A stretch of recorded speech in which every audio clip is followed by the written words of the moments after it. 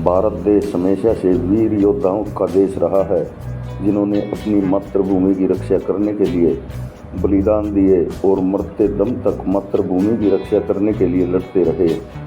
कल्पना कीजिए, एक आंख, एक हाथ, एक पैर खो चुके एक ऐसे वीर योद्धा के बारे में, जिसके बदन पर 84 घाव होने के बावजूद वह शत्रुओं पर कहर बनकर टूटा, जिसका नाम सुनकर विरोधी सेनाएं भाग खड़ी होती थी, जिसकी शौर्य गाथा का वर्णन स्वयं बाबर ने अपनी आत्मकथा तुजुके बाबरी में लिखा है।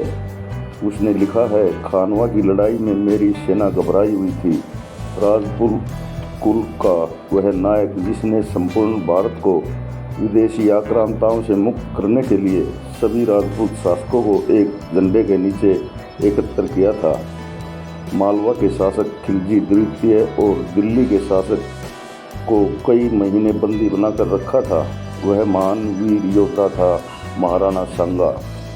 इतिहासकारों के मुताबिक रायमल यह सोचकर व्यथित हो जाते हैं कि मेरे 3 प्रतिभाशाली पुत्रों में अब कोई नहीं बचा, तो उसके सामंत उसे बताते हैं कि आपका तीसरा पुत्र सांगा जीवित है और वह ठाकुर करमचंद पवार के पास है।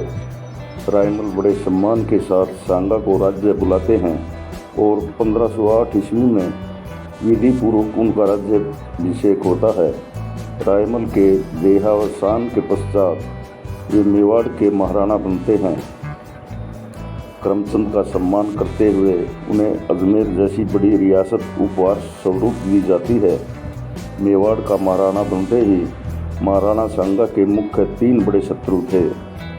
गुजरात का मुजफ्फर शाह, मालवा का खिलजी द्वितीय और दिल्ली का इब्राहिम लोदी। मालवा के साथ राणा सांगा के 18 युद्ध हुए थे।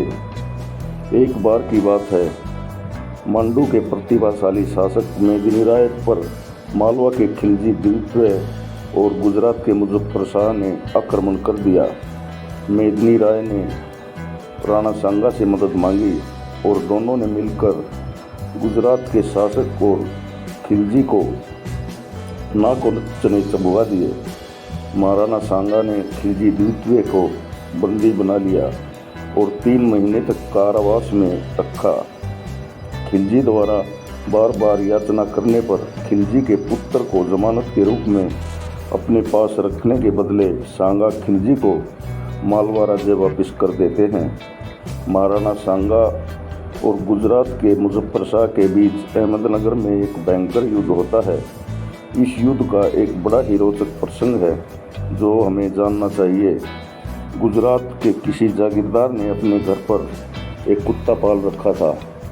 जब कोई उसे कुत्ते का नाम पूछता तो उसका उत्तर होता सांगा।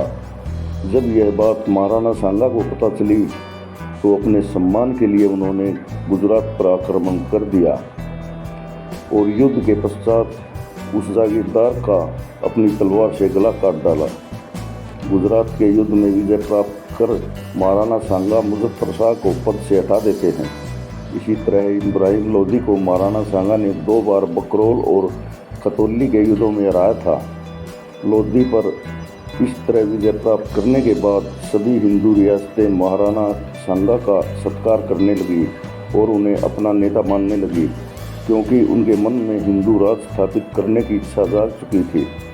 अक्सर एक झूठ जो कुछ वामपंथी इतिहासकारों द्वारा बड़े जोर शोर से फैलाया गया कि महाराणा सांगा ने लोदी को हराने के लिए बाबर को भारत बुलाया था, यह बात कितनी बचकानी लगती है, क्योंकि 10 वर्ष पहले महाराणा सांगा ने लोदी को 2 बार हराया था। इसी तरह हमारे वीर योद्धाओं का नाम इतिहास से मिटा दिया जाता है।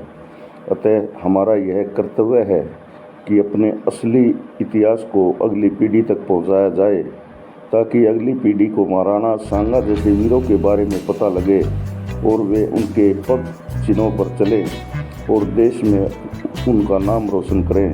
जय हिंद।